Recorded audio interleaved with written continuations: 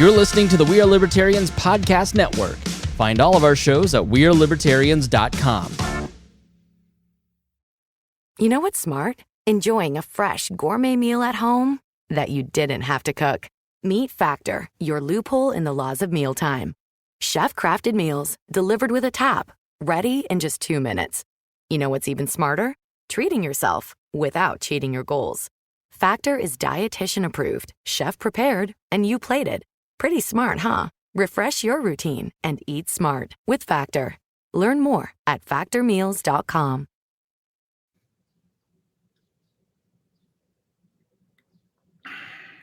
Welcome to the Chris Spangle Show. Thank you so much for joining me here on the program. We are going to talk about China today, and our guest is Colonel Grant Newsham. He is a retired U.S. Marine who served in the Indo-Pacific for decades, including in intelligence and liaison roles, and was instrumental in establishing Japan's amphibious force. And he is the author of the new book, When China Attacks, Warning to America. And I wanted to book Mr. Newsham after I saw President Xi shaking hands with Vladimir Putin. And I think all of the concern, I've gotten so many requests, Colonel, from people wanting to know about BRICS and Taiwan and how afraid should we be. And I've done one program on Taiwan where we talked about how difficult it would actually be to attack. So I'm interested in hearing from somebody with a military background and maybe a little more tactical. Let's start with Taiwan. Why is Taiwan of specific interest to the Chinese, and how realistic is it, in your view, that China will attack Taiwan at some point in the next few years? I think it is actually likely that China will use force sooner rather than later if Taiwan does not voluntarily, obviously under coercion, agree to be a part of communist China. Now, why is it important for the Chinese? There's a couple ways to look at this. And the first one is it's a military operational perspective. Taiwan sits right in the middle of what is called the First Island Chain. And if you look at a map of Asia, that'll explain a lot. The First Island Chain is a chain of islands that goes from Japan to Taiwan to the Philippines down to Malaysia. And it effectively blocks the People's Liberation Army, the Chinese military, from easy access to the Pacific. And if you think of it like a castle wall, Taiwan is in the middle of it. If you take that, you've breached the castle wall. And that gives you really free access to the Pacific. And also, if China swings up to the north, it can surround Japan. If it swings down to the south, it can cut off Australia from the rest of Asia, from the United States. So operationally, from a military perspective, it's really valuable for the Chinese. And they know in this, they've talked about it, written about it. And on those grounds alone, it's a key objective. But also consider the political, the psychological effect of Taiwan coming under Chinese control. And what the message is that the United States military could not keep 23 million free people from Chinese domination, shows American economic and financial pressure couldn't do it, and U.S. nuclear weapons couldn't stop the Chinese. Now, who on earth is going to respect or rely on American promises after that? So those are some pretty solid reasons from China's perspective for taking Taiwan. Plus, Xi Jinping, the Chinese dictator, has said that he's going to get it one way or the other. And in this sort of regime, there's not a whole lot of downside to not living up to your promises. So this is a very attractive target, juicy target. I don't think the semiconductors on Taiwan are all that important to the Chinese. I think those are gravy at most. But militarily and politically, psychologically, it's immensely important. Now, could the Chinese successfully launch an invasion of Taiwan? I think they could. Analysts will differ, but they have been practicing it for pretty close to 50 years now, and they've built up a military which does have the capability to move tens of thousands of troops across the Taiwan Strait. And it's not just a sort of a reprisal of the D-Day invasion in Normandy, but it's going to involve huge missile barrages that can hit the targets that they aimed at, cover most of Taiwan. It's going to cut it off electronically, isolate it from the internet, and you're going to have heliborne, airborne troops landing. You're going to have just the Chinese Navy and the Air Force all over the place. And they're going to hit Taiwan very hard, very fast, and keep the Americans from getting in. That's what their plan would be. As I said, could they do it? I think they could. And the Chinese military is not something to dismiss, but I hear that a lot, that amphibious operations are the most difficult military operation there is, and there's a certain condescension towards the Chinese when you hear that statement. So I would take China very seriously, both in terms of what they intend to do, but also their capabilities. But of course, the last thing I'll say is that they would prefer to get Taiwan without fighting. And that's why Taiwan has been the target of immense Chinese political warfare and subversion for decades. In fact, there's a substantial fifth column that is already in Taiwan, and that would be part and parcel of any assault that is launched. But in the meantime, the effect of this Chinese political warfare has been to weaken Taiwan's resolve, to wear down its potential resistance. So we had someone on that was not a military expert, but they were saying that we shouldn't worry about this because it's not like they're going to take it easily.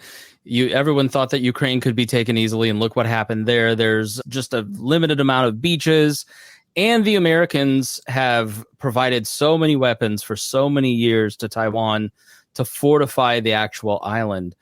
And so we're talking about the military option first, but I'm more interested in the political warfare because that's an interesting angle that I hadn't thought about. Because are we too focused on the military invasion and what will America do as almost like a psychological, and maybe this is China pushing it, which is part of what you talk about in your book, like to demoralize the Americans. We're going to invade this island and there's nothing you're going to do about it because we know you're not going to do anything about it. Do you see the military invasion as maybe a misdirection then? You do always, when somebody's looking, or everybody's looking at one thing, it's always good to look at where they're not looking. And the Chinese look at the political warfare as very much a form of warfare, but they also at the same time have built up a conventional military capability. So they're hoping that Taiwan just gives up, and also that America convinces itself that Taiwan cannot be defended. That's wrong. But if you can get your enemy to think that, you've done pretty well, and it's without fighting. So you have to look at the two in one sense separately, but at the same time, the Chinese see them as part of a whole. With the Chinese theory of warfare, that the kinetic warfare, the shooting, that is the last step, if it even has to happen, because you have worn down your enemy psychologically, economically, financially, and mentally. You have demoralized them to the point that they cannot put up an effective resistance, even if they wanted to. So that the political warfare angle doesn't get the attention it deserves, in my opinion. And you do see that much of the debate over Taiwan focuses on the idea of Chinese ships coming across the Taiwan Strait, and can they get ashore? Could they defeat Taiwan militarily? But as you suggested, that's only half the equation. And the Chinese see this very much as a war that has already started, just as they see the war against us as one that has already started. We just choose not to recognize it. But the end result is to, in this case, take Taiwan. And the use of force it'd probably be Beijing's second choice. But that doesn't mean they won't do it if they have to. All right, so I'm 39. I was born in 83. I really came of age in 91, 92 when I started loosely paying attention to the news. I grew up in a post 9/11 world, but my entire adult life, the American military has controlled the seas, and everything seems great to me. So I don't understand what China wants. So why are they upset? What do they want? Why would you say they've started a war on us? What exactly I understood why bin Laden was mad, but what did the Chinese want? Well, the Chinese ultimately want to dominate us, and if necessary, to destroy us. The whole idea of America and the ideas behind it are just anathema to the Chinese Communist Party. And Xi Jinping has said that. It's well worth reading some of his speeches, where he has very clearly said that these Western values, freedom of the press, freedom of speech, freedom of everything, are not something China can live with. And as I say, if the Chinese do telegraph their punches, and it's worth reading those speeches that Xi has given, but also it didn't start with him. that this has been the Chinese thinking for an awfully long time, pretty much from Mao Zedong's day. But also I'd like to touch on something you just said, this idea that the American Navy, the American military just dominates the world and nobody can challenge us. Unfortunately, we've given the Chinese about 20 years to catch up, and in some areas they actually surpass us. And that's unfortunate because we did, so too many people underestimated them, did not want to take on the Chinese, and they could never be our equals. Once again, there's a condescension involved there. And just one example, you know, the South China Sea, the sea between really Chinese mainland and that first island chain, pretty much. And the American aircraft carriers go in there, American ships go in there, and they sail wherever they want. But when they go in there, if the Chinese want, they could put 10 ships to match every ship the Americans send in. The U.S. ships that go in are within range of Chinese anti-ship missile batteries on the mainland, both ground-launched, plus the Chinese Air Force can launch anti-ship missiles. The Chinese Navy can as well. So if you're an American skipper in the South China Sea and you've got 24 anti-ship missiles coming at you at supersonic speed, and you've got about 12 seconds to respond, you might think the Chinese are equal. And the Chinese have, in the last decade or so, every year, they have turned out about 7 ships for every one we launch. So the Chinese Navy is substantially bigger than ours. The Chinese do have global ambitions for their military, and that's why they are setting up a network of ports and airfields to which they will have access, so the Chinese military can operate globally just the way the American one does as well. So when you look at the Chinese military equation, look at the military balance, and Department of Defense puts out some pretty good summaries every year on this. You read it, and if you know something about military matters, it makes your skin crawl because you see that they have become a formidable force, which is in some respects, in some place, more than a match for us. We still have a global advantage on them, but that is diminishing. So unfortunately, we've let our guard down, thinking that we wouldn't need a military because nobody's ever beaten us, well, except for the Vietnamese and the Koreans, and looks like the Taliban. Nobody's ever beaten us in a big war for a good long while. And as I say, some people dropped the ball, and they were aided and abetted in this by Wall Street and the U.S. business class as well. In what way? The idea was that if we help the Chinese develop their economy, help them become a stronger nation, that they will eventually liberalize, become a freer, fairer society, sort of like a giant Canada, or Canada used to be at least. And that was the thinking, accommodate China. There was an Assistant Secretary of Defense, I believe, a fellow named Joseph Nye, who was a professor, an Ivy League professor. And when he was in office, or in his position it was around the 1990s, he said our approach was, if you treat China like an enemy, you will make them one. And implicitly, if you accommodate them, appease them, they might become nice. And that pretty much typified the U.S. approach to it. But also Wall Street saw that they could make a ton of money in China with somebody else's money, of course. So what they have done is they have provided China for decades with the hundreds of billions of dollars in convertible currency that the Chinese have needed to develop their economy, to build their military. One thing that rarely gets mentioned is that the Chinese currency is not freely convertible, which means that nobody much wants it overseas. Think of it like a high school fair. If you go and you buy these tickets, you can use the tickets to go on the ride and to buy cotton candy and the like, but if you go off the campus, nobody wants it. And that is like the Chinese money. So for them to fund things, the Belt and Road Initiative, to buy Australian iron ore to make steel, to build the Chinese Navy, they have to pay in dollars. If they want to pay off an Ivy League professor, he's going to demand payment in dollars as well. But we have provided them with this convertible currency. And that has been really what has funded the Chinese Communist Party for decades. The U.S. business community has fallen over itself to get into China, thinking that there was a ton of money to be made, when in actual fact, over time, a company will only be as successful in China and for as long as the Chinese Communist Party says.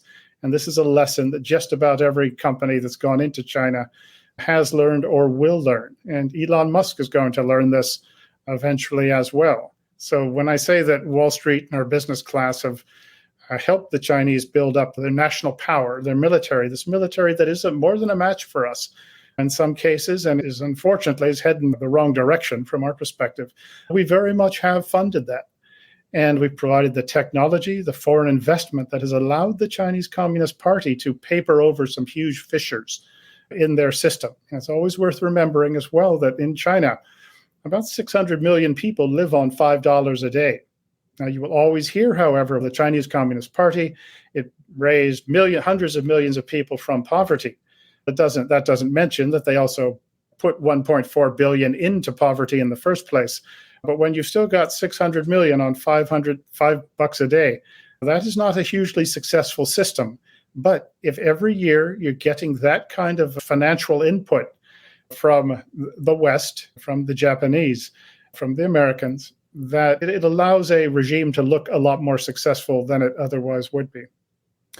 I just finished a biography in Japan, which is super nerdy, but when he was assassinated, I was like, why is he significant? But he seemed to understand the threat of China and the need for changing Japanese society to take this threat a little more seriously, where the Constitution at one point said we can't have a standing military. We're relying basically on the United States. Can you talk about how Japan, I know this is off script kind of from the book, given you've been to Japan and I haven't. So I'm interested in kind of hearing how Japan has dealt with this because it's such a more imminent close threat to them. And what has changed in Japan over the last 20 years as China has basically shown its hand that it's not necessarily a friend to the free world. Sure. I actually lived in Japan for 25 years and perfect directly with the Japanese military for a long time. What Abe did, he wasn't the only one who thought these things, but he was prominent. And he did have a sense that China was a threat, tried to wake up Japan and also the Americans. He tried to get them to take Japan seriously, but also the Chinese threat seriously. The Americans didn't catch on till a lot later than it should have been. But Abe was sounding the alarm, and he did start in motion this chain of events in Japan that got Japan to at least get serious about getting serious for its own defense. Because for decades, Japan, they thought they didn't face any enemies. And because they were a peace-loving nation, nothing much was going on in Northeast Asia except maybe the North Koreans. And they also thought if there is a problem, the Americans will take care of it. So Japan, it had a military, despite what the Constitution says. On paper, it's a powerful military, but as a practical matter, it has some very serious shortcomings. For example, the Japanese military, they didn't have a radio with which the three services can talk to each other. So it has a good Navy, Air Force, and ground force, but they couldn't do joint operations, combined operations. They still can't do them very well. They've gotten a little bit better. So what Abe did was at least wake up Japan. He got some laws changed so that Japan could take commonsensical steps to defend itself, could work more closely with the Americans. And he started this chain of events that got Japan to build up, at least to some extent, military relationships with the Australians, with the Philippines, with several European nations, things that would never have happened, say 10 years ago, even 15 years ago, just impossible.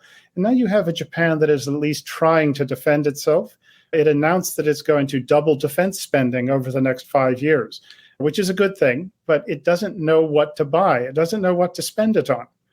Another good example is the Japanese military, it misses its recruitment targets by about 20-25% a year. And that's been the case for a long time. So you can imagine the problems that has caused.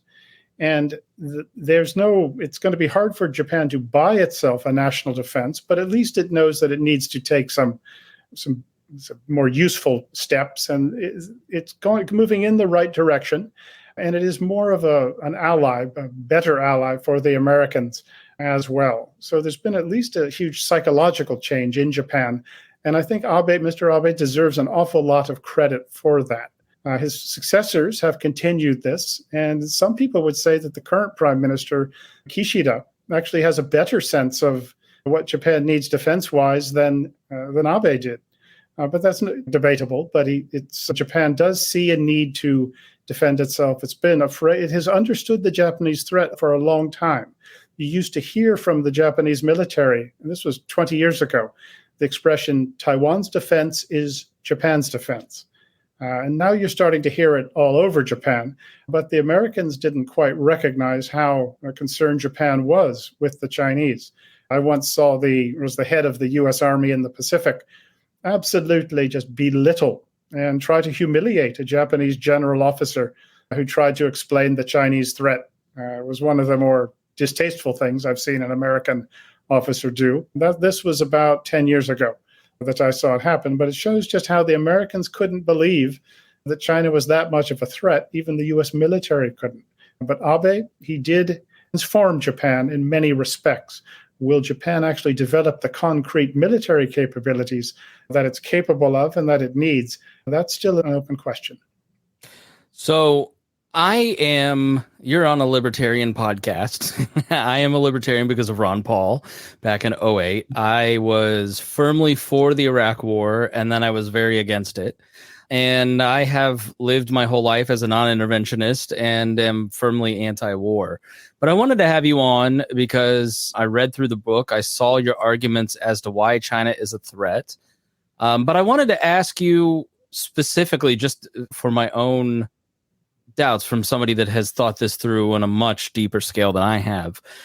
First, in non-interventionist circles, we often talk about how China is fragile and that we really shouldn't worry about the Chinese threat because of the fragility of the economy of China and how it's a house of cards. America really is still dominant in their economy, and we can pull out and collapse them, and we have a lot of control, and people are just fear-mongering about the threat.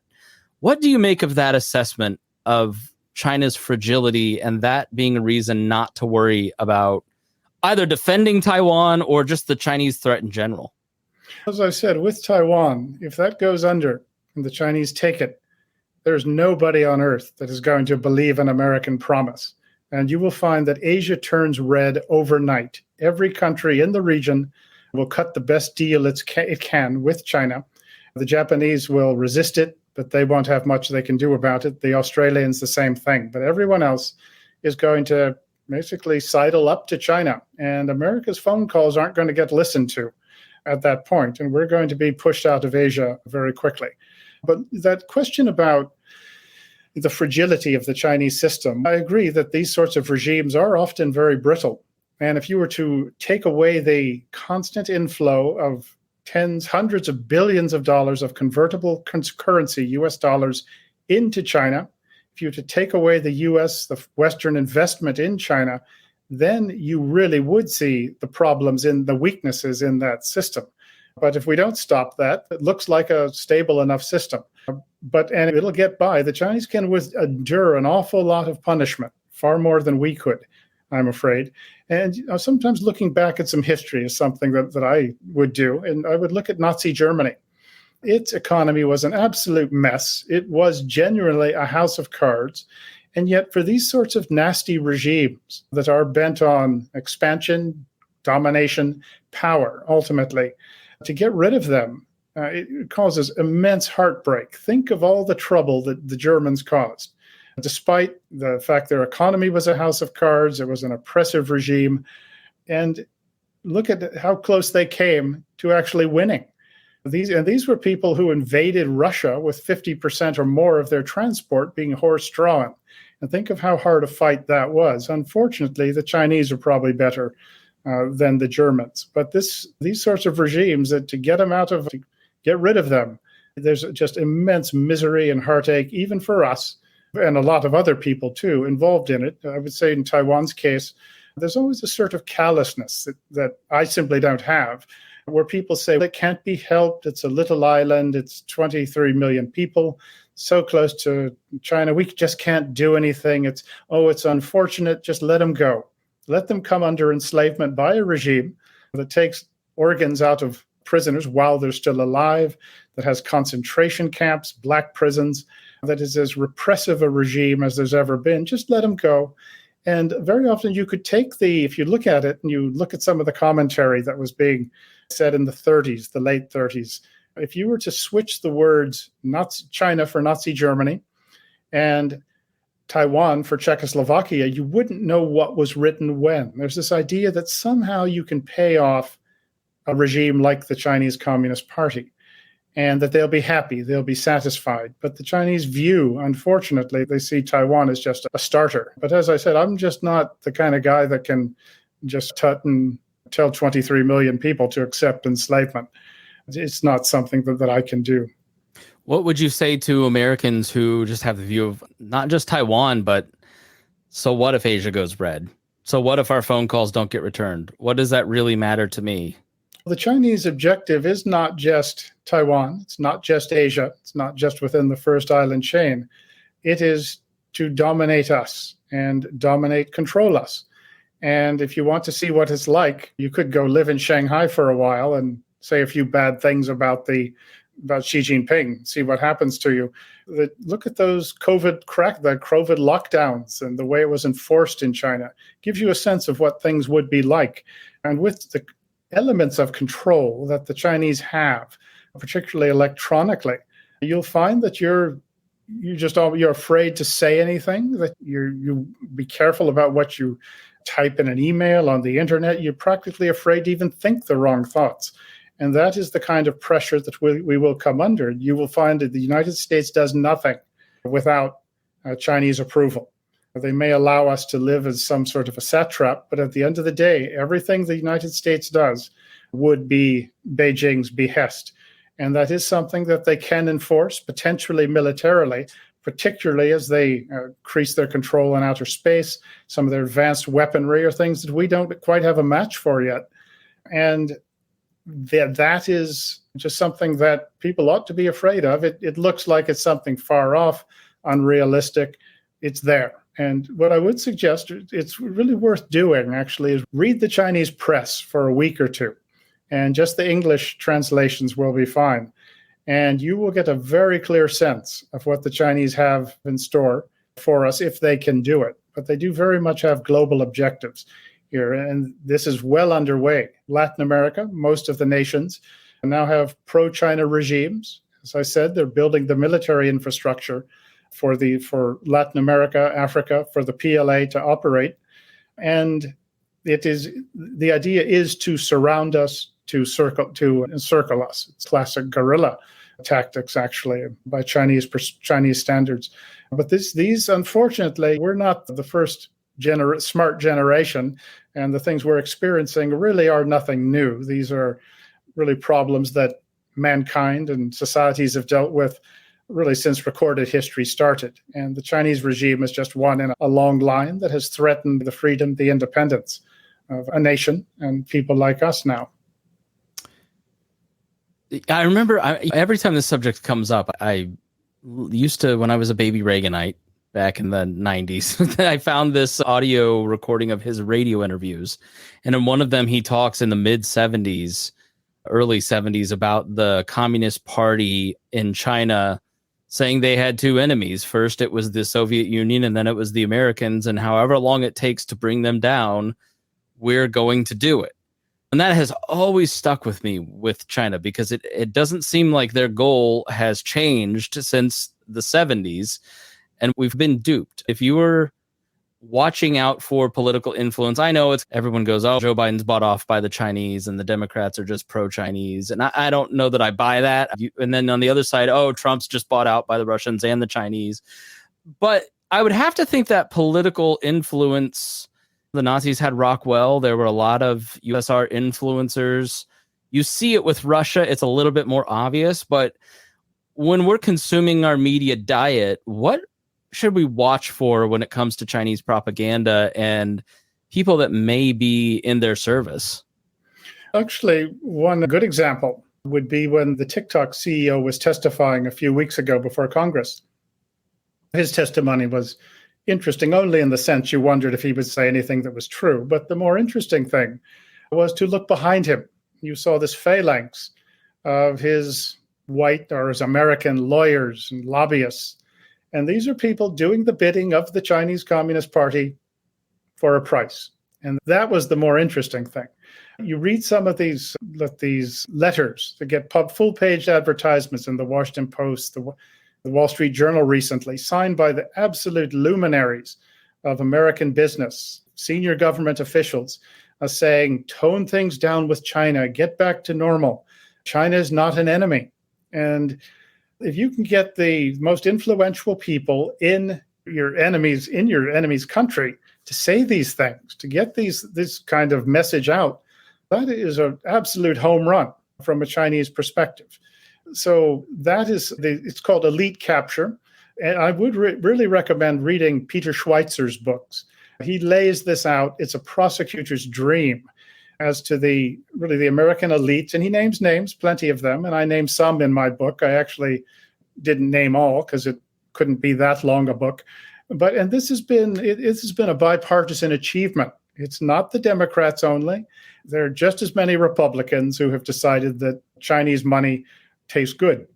So say that this is where they really have succeeded in playing to American vanity, to American greed, just immensely successful. Say in my book, I cite one of these letters that was signed by it's dozens of the most influential Americans, government, business, academia, all of them basically giving the Chinese party line. But we always think that we're so much smarter than anyone who came before us. And those people who were doing business with Nazi Germany, what were they thinking? Nothing's new. I'd suggest we just even have more of it. But it is that elite capture. It's called proxy warfare, is how the Chinese would look at it. And it's not just in the United States. They do it in every country. If you can buy off or get the elites on your side and to think that what they're doing is statesmanlike because it's preventing war or what have you, that you have really been very successful. You've had really the success that you would have in winning an actual battle. And to the Chinese, this is a battle, but to us, it's not. With us, until the shooting starts, we don't believe we're actually at war. The Chinese see it very differently. So do you think that... my next question was going to be, do you think war is inevitable? But again, you just exposed the American thinking on it, in that I've got a friend who's in the military who recommended this book that was written by a couple Chinese generals about asymmetric warfare. I'm blanking on the title. You may know it. Unrestricted warfare. That's it. Yep. And they make everybody in the American military read it, apparently, I think he said. And it was pretty enlightening in how the Belt and Road Initiative, all of this stuff surrounds us. So how do you think we ought to proceed? I'm sure you lay that out in the book. I apologize, I didn't get very far into the book before we discussed it, but I am going to read it. So how do we proceed without a war, or is it just inevitable? Graham Allison's analysis is right that we're in the Thucydides trap. The Thucydides trap, there was a sort of review of his book written by a University of Pennsylvania professor named Arthur Waldron. It's worth reading. He absolutely tears apart Graham Allison's thesis. I don't think we are destined to war. I think if we keep it up, what we're doing, that we're going to find ourselves in a position where we probably cannot fight. And if we do try to step in, say to defend Taiwan, that we better get used to losing 5,000-10,000 people a day if we keep doing what we're doing. And I've touched on some of this in our discussion, and I cover a lot more of it in the book, of course, because I do think you have to be constructive. If you're going to write a book, it's easy to say what the problems are and predict doom and gloom. But there's also usually a way out, and we've got a way out. But you really have to stop doing what we're doing, which would be very helpful. And that is, as I said, stop funding the Chinese Communist Party, both financially and in terms of business investment. We've got to rebuild our own economy, our own manufacturing capabilities. I'm old enough, I don't think you're old enough, but I remember how it was before we thought we had to move so much of our manufacturing, so much of our business to China. We had a pretty good country despite that, and we could do it again if we had a mind to. But it's going to take Congress to wake up and actually, I think, force Wall Street and American business to remember whose country's name is printed on their passports. So it will take some force. Also, stop spending like drunken sailors. If we are going to debase the U.S. currency just with this out-of-control spending, even by out-of-control spending standards, this is bad. that you are getting rid of the US dollar as what is the last real club that we have against the Chinese, because they are so dependent on it. And we're just weakening that almost by the day. You have got to get your finances under control.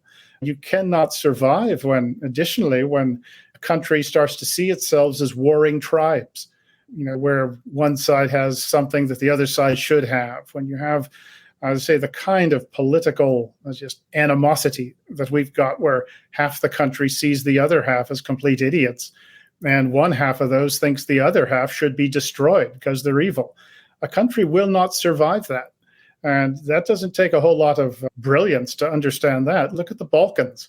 Look at Yugoslavia, name a place where people are no longer see themselves as Americans or what have you, see themselves, as I said, as warring tribes. That has got to change. The U.S. military itself, it is going to have to rebuild itself with the right numbers, the right kinds of weapons that it needs to actually fight the Chinese, and if necessary, sink the Chinese Navy in an afternoon. It's not at that stage yet by any means. I think the military cannot be a sort of a platform for social experimentation, as some people think it ought to be. It has one purpose, and that's to destroy America's enemies. It's all any military has been for. So you'll see I mentioned the military part actually last. It's more important that we get the economic lifeline that we have given the Chinese. We got to stop that and devote it to America. So if you just stop this, it's going to set the Chinese back a long ways. Things like the CHIPS Act that President Biden passed, it's not perfect. Sure, it has loopholes, but it's a step in the right direction, shows what can be done.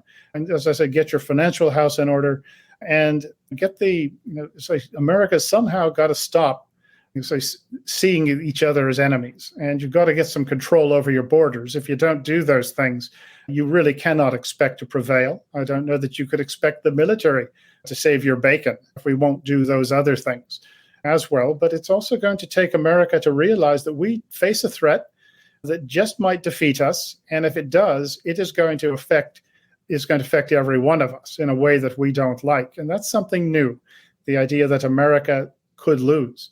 But also remember that we are the United States, and there's a huge psychological aspect of this, that we're an idea.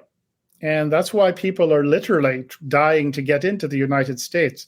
China doesn't have an illegal immigration problem, and there's a reason for that. It's this freedom that we stand for. And this needs to be, one, recognized as something that is not, you cannot take it for granted, and it is easily lost. You mentioned President Reagan, and he was very articulate on this point, that it's not hard for freedom to disappear in an afternoon. So those are some of the things that you need to do. And that would give us a sort of a fighting chance. And as I said, the good fortunate thing is if you just got to stop building up your enemy and recognize it for what it is. And if you do that, you're kind of like a drunk who stops drinking somehow. He suddenly starts to get a whole lot better just by not doing things that he's been doing, these self-destructive things. Real quickly, what are some of the Chinese news websites that we ought to be reading every day that you mentioned that we should look at? I really do recommend it, because you'll see this is not what these are not the things a friend says. You can get China Daily, Xinhua, Xinhua, People's Daily, Global Times. And Global Times it's the most ferocious of all of these. And people say it's just some nutty Chinese guy. And the Chinese system, if you say something the central government doesn't want you to say, there is no upside. You will find yourself at best disappeared. At worst, you'll be gone with your organs removed. And so those four will give you a pretty good sense of things. And to say they publish in English, and it's an eye-opener. It's surprising that just how easy the Chinese make it to understand what they're going to do. There's also something, if you look it up on the internet, I believe it's called Document 9, and it's a speech which Xi Jinping gave around 2013. It was shortly after he took over. And he gave this speech at the same time the New York Times was saying that he's going to be a reformer. That once he has control, he's going to liberalize China.